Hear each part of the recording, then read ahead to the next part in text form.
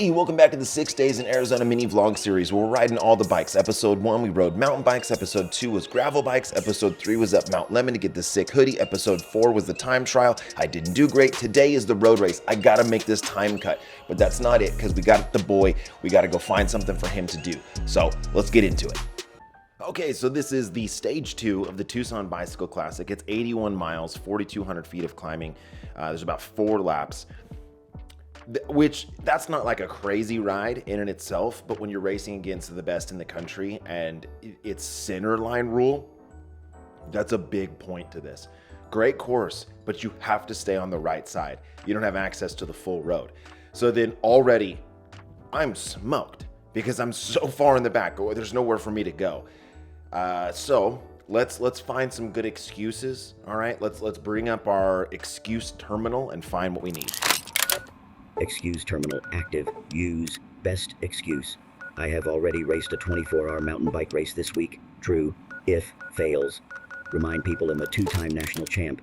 If hate received. Rebuttal with, but do you have 2 national champ jerseys, bro? Excuse activated. I win.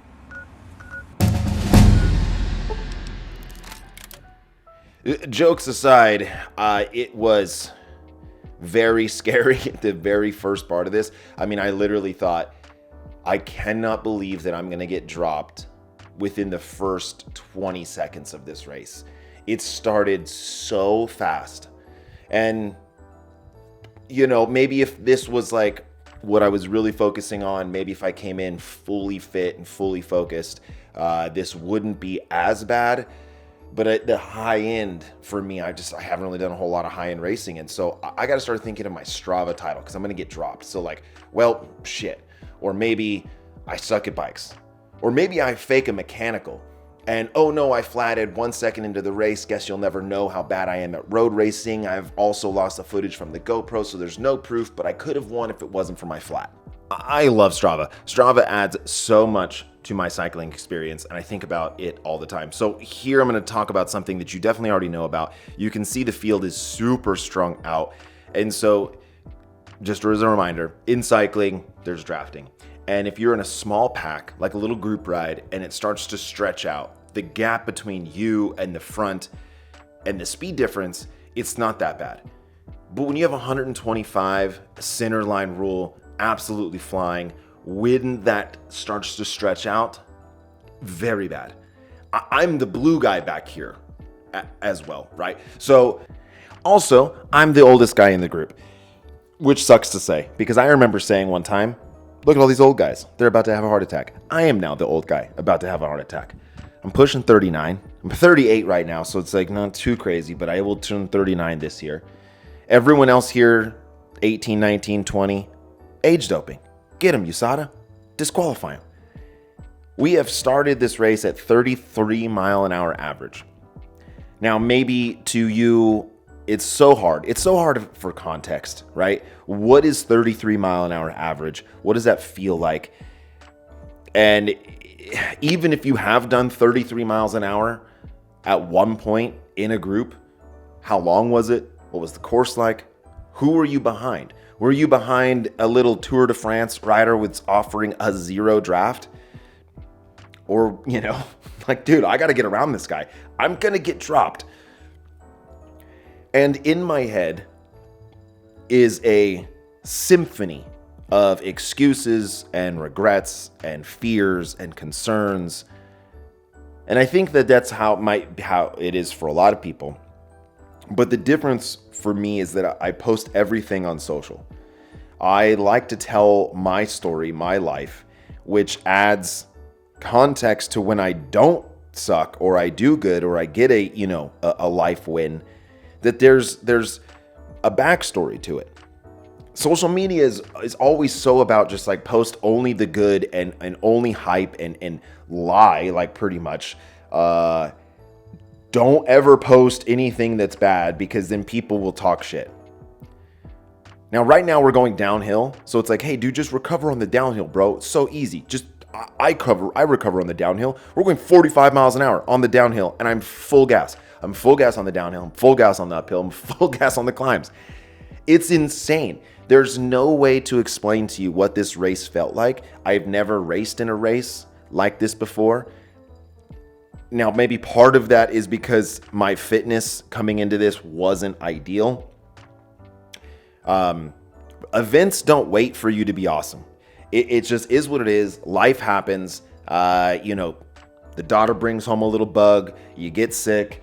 And what are you supposed to do? Cancel a whole project? Like this is a 3-week project that I've been building and planning and all of this. Just cancel it?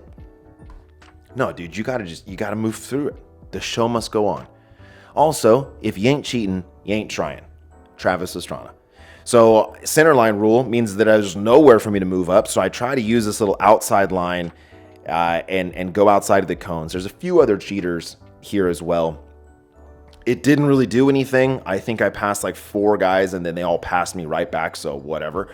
But I am trying to move up. I am trying to get myself in a better position because I need to be up the road or farther up the group when it starts to get really, really tough. So when it really starts to string out and it's like my eyes are bleeding, I need room to fall back through the pack. But if I'm on the very back of the pack, when it starts to speed up at the front, by the time the wave of speed gets to you, you just get snapped. Regardless of how good you are, being in the back is not the place to be when the race is so fast. Now, if I can just last like 2 laps, 3 laps, I know that the intensity will tailor off. So I'm really trying to just focus on making it as far as I can. I am literally taking this 1 mile at a time. The first lap, we averaged 30 miles an hour, which again, what does that feel like? It feels so much different than, even if the power wasn't super high, there's just a thing about speed, like speed work. When guys are doing like the moped stuff, I always think like, I don't totally get it. Power's power, no? But when you're climbing at 350 watts, that's so much different than trying to be super aero and tucked in and banging against guys. Like, even if the power's not so high, just that speed work is so different. And, I don't really race crits or road races anymore. I've found some good success in ultra and gravel and adventures and filmmaking. And look, I'm confident in who I am at this point. Whatever. I don't need to totally justify, but I'm trying to explain just how difficult this is because I know it doesn't look it. The power meter didn't connect because Garmin is absolute trash. But look at this. That, I think, in a lower category, big crash. These guys are so good and so comfortable at bike handling that they can sort of squeak through all these little, gaps. I'm here for it. I love it. Rubbing's racing to me. You can see how strung out it is right here. Yeah. Am I doing good? No. Who cares? This is so much fun. So I'm going to talk a little bit about my history with road bikes, right? Obviously, I ride all the bikes, and that's cool, and I'm somewhat competitive in everything. No one else is doing that because it's not totally the best for your training. You want to be like hyper focused on one thing. That's how you're going to get the best results out of that one thing, but it diminishes the experiences, and at what cost? Like sometimes when you dedicate your whole life to one thing, there's a trade-off. You might be really good in that one thing, but you give up a lot. And so when I was dedicated to road racing back in 2018, 2019, and I was doing decently well, I got 3rd in a pro road race. Like that's my best ever result, which was crazy. But it took so much. I developed body dysmorphia. I chased a weight goal that was insane. I was eating once a day because all I wanted was a watt per kilo. If I can get my watt per kilo higher, I'll be better. So performance and weight were linked, and all I was doing was chasing being lighter and lighter and lighter. I'm getting dropped right now, so it is what it is. Like kind of a little bit of a lapse, got on that guy's wheel, all of a sudden there's a gap. It's an infinite gap. You're never going to close this gap. If I could just eat a steak, maybe I could have crossed that gap, but it's not going to happen. But I'll tell you that right now, I'm so happy with my mind, with my relationships, with my family, with food. I've put on almost 30 pounds in the last 2 years. I don't chase that weight goal anymore. I feel so much better as an overall human. Yes, am I getting top 110 at a stage race, pro stage race? Sure, that's the downside. That's the downside to being happy, healthy, and great. So we go through the results. Like I said, top 110. 109th. Didn't get last. Okay, didn't get last. Now, I showed you me eating a bag of dicks, so let me talk about how after this whole block, rock cobbler and 24 hours and the exploring and the stage race, I went out about 2 weeks later and I busted out 330 watt raw average on this same power meter. Insane.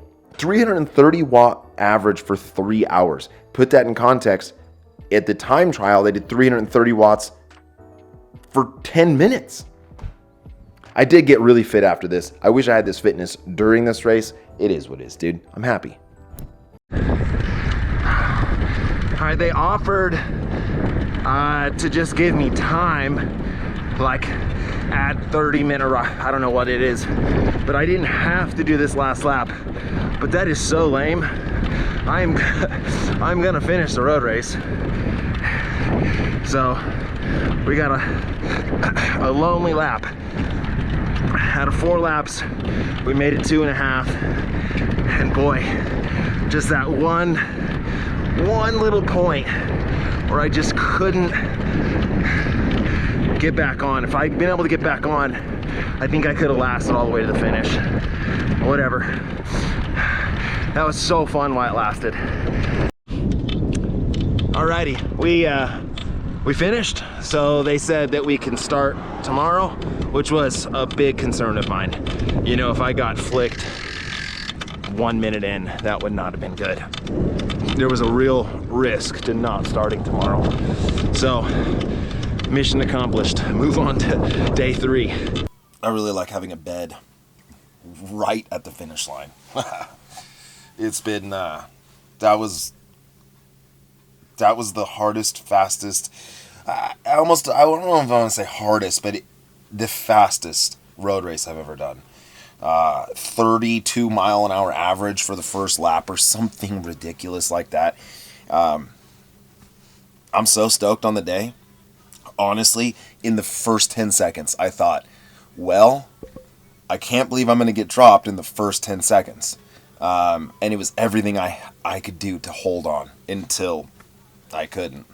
So, made it a little over halfway, finished, get to start tomorrow. That's the main goal.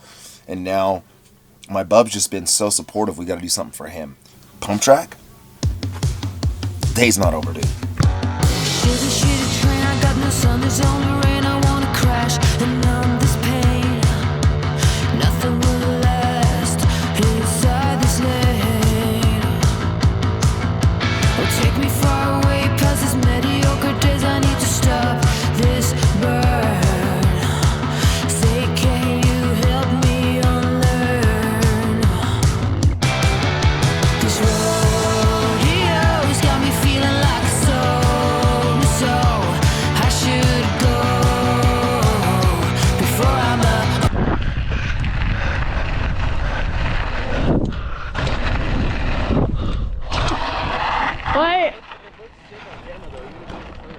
Wait, I got it. Yeah?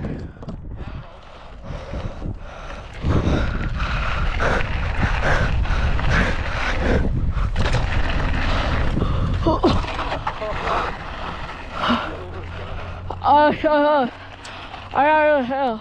Wait.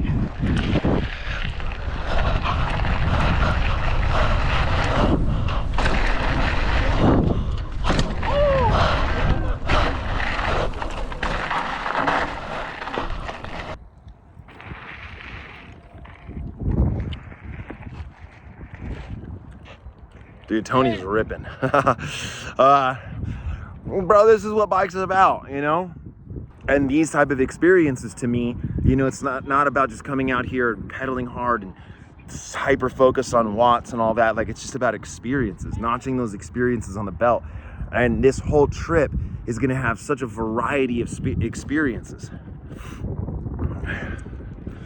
Just genuine smiles, man. Smiles for miles. Dude, I'm really impressed and proud that you didn't give up. You know what I mean? That like you were just like, dude, I'm gonna get this. He's tired. It's been a really long trip, but I'm so stoked that he didn't give up. Like he was like, I gotta get this. I have to get this before we leave. And sometimes he gets like angry that he can't get something, and that's when you know like he's about to send it. Really, really, really cool to see him get outside of his comfort zone. Stay humble in these streets, yeah. In these streets. Let's go. Playground parks with the trees and the cars. Brownstone buildings with the kids on the porch. Murals on the walls for the ones that we lost. Bodegas on the corner, let me see what's in store. Subway stations with the maps in the cars. Summer cookouts, uncle got the sandals on. Statue of Liberty, we holding up the torch. If they ask where I'm from, tell them this is New York. We from the home of the biggie, people blowing they ciggies. And these girls going wild cause they flashing they Dude, this trip has been so fun. It's really fun seeing them play. So after like a massive day, okay, road race and skate park and dirt jumps, and then I found this like really good vegan restaurant that had spaghetti and meatballs and garlic bread. So like, dude, my son's just been supporting me so much. He hasn't complained once. Usually he complains. Usually, honestly, sometimes when we go on trips, it's sort of a buzzkill. But right now with Tony, it's been all time. And so he's giving me so much of his support that I want to return that. And so a playground, yeah, it holds a lot of like memories for me as a child. So what did I do when I had a son is I took him out to playgrounds at night when we had nothing to do. And he was kind of like at first like, why we want to go to a playground? That's weird. That's what kids do. And it's like, bro, it doesn't matter how old you are. It's like fun to play on a playground. Always keep playing. And I'm telling you, Oro Valley has one of the nicest lit playgrounds I've ever seen. And it's open till 10, which is really cool. So I mean, like, look at all these kids there's so many people out here just playing. Oh, yeah. There you go, full circle. What, dude, no way. No way. What? Who's a good wheeler? No. Athanasios. Got a wheelies. Getting drunk from 7 to 3. Overindulging, flash like it's free.